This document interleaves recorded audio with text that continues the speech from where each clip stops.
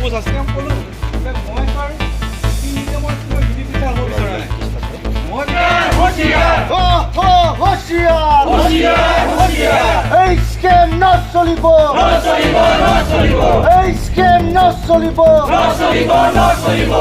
want justice. Justice, justice. No justice, no rest. No rest, no rest. Students' unity, long live. Long live, long live. Chhatra Ekta Zindabad. Zindabad, Zindabad. Students' unity, long live. Long live, long live. We want justice. Justice, justice. State recruitment scheme, no solibo. No solibo, no solibo. State recruitment scheme, no solibo. No solibo, no solibo. We want justice. Justice, justice. No justice, no rest. No rest, no rest. No justice, no rest. No rest, no rest. Students' unity, long live. Long live, long live. Oh, oh, Hoshiar. Hoshiar, Hoshiar. Director Education, Hoshiar. Hoshiar, Hoshiar. Director Education, Hoshiar. Hoshiar, Hoshiar. We want justice. Justice, justice. State exam scam bondo karo. Bondo karo, bondo karo. State recruitment scam.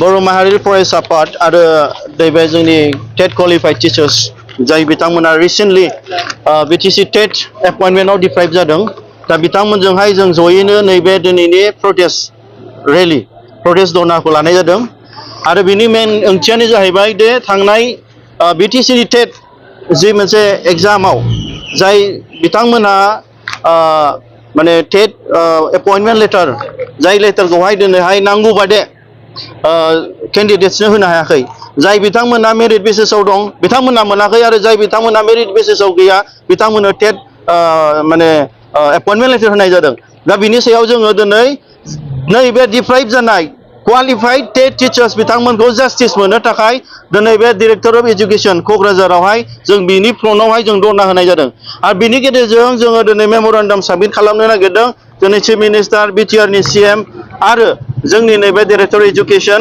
बिनि थ्रुयै दा खोथाया जाहैबाय दे जोंहा दिनै मानसि हिसाबै दिनै जों गोबां खामानि मावो गोबां जोंहा जेंनाबो थायो नाथाय बिनि गेजेरावहाय दिनै जोङो माखासे आयेनखौ माखासे रुल्सखौ मिथियावहाय जोङो दिनै न्यायनिफ्राय जास्टिसनिफ्राय जों डिप्राइभ जायो गतिके दिनैहाय जोङो दिनै नै बेफोरबायदि जोंनि क्वालिफाइड लार्नड हाइलि क्वालिफाइड जोंनि बे बिटिसि ओनसोलनि इयुथ्सफ्रा दिनै मेरिट बेसिसआव थाखानानैब्लाबो दिनै बिथांमोना वेल क्वालिफाइड जानानैब्लाबो बिथांमोना दिनै डिप्राइभेसन जादों बिथांमोना इनजास्टिस बिथांमोना दिनै माने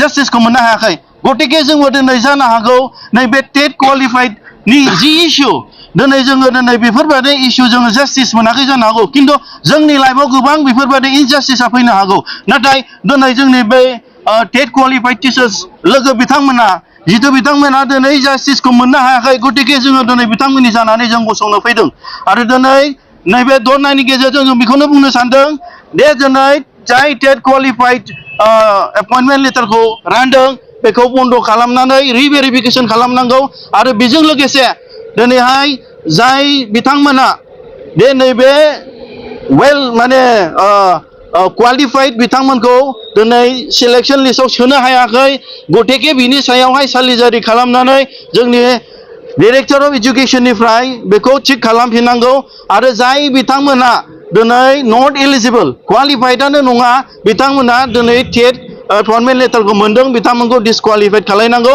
आरो दिनै बिटिसिनि जे स्पिरिटनि 6 शिड्युल बादे जोंनि ओनसोलावहाय थर्ड ग्रेड आरो फोर्थ ग्रेडखौ जोंनि बिटिसि ओनसोलनि मानसियाल' साख्रि मोनो नाथाय बेखौ भायलेसन खालामनानै नन बिटिसिनि जाय टेट क्वालिफाइड टिचार्सफोर दं बिथांमोनखौ दिनै साख्रि होनाय एपइन्टमेन्ट लेटार होनाय जादों गतिके बेखौ डिसक्वालिफाइड खालामनानै जोंनाव गोदान रिक्रुइटमेन्ट प्रसेसखौ लाबोनांगौ आरो बे रिक्रुइटमेन्ट प्रसेसनि गेजेरजों एडभार्टाइजमेन्ट होनानै दिनै जाय बिथांमोना हिन्दी एबा माखासे साबजेक्टआवहाय जोंनाव क्राइटेरिया गैया होननानै बिथांमोना बुंदों बेखौ एडभार्टाइजमेन्टनि गेजेरजों दिनै रिक्रुइटमेन्ट बानायफिननांगौ मानो होनब्ला जोंनि बिटिसि ओनसोलाव वेल क्वालिफाइड वेल माने क्राइटेरिया गोनां एजुकेटेड मानसिया दङ बेवहाय जोंहा मानसिनि अभाब गैया गतिके बेखौ रिएडभार्टाइजमेन्ट खालामनांगौ आरो बेनि गेजेरजों डिमान्ड खालामदों जे जोंहा बेवहाय माखासे गथाला जादों बे गथालानि सायावहाय नायबिजिरनो जोङो मानगोनां चिफ मिनिस्टार बिथांखौहाय सिबिआइ इनकुवारि खालामनानै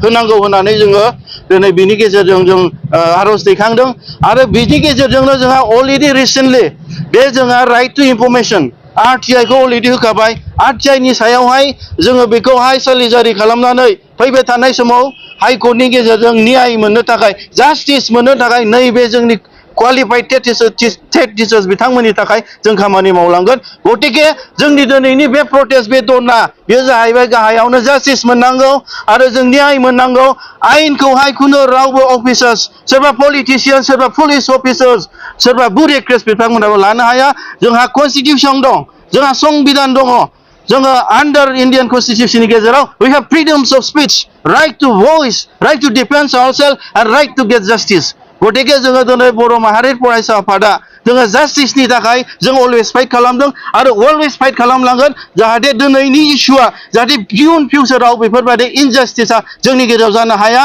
आरो रावबो जोंखौ खालामनो हाया जोंनि राइट्स आरो मोनदांथिखौ भारतनि संबिधाननि गेजेराव जों समायनाय मोननो हायो बेखौ जों गुरैयैनो खावलायहरगोन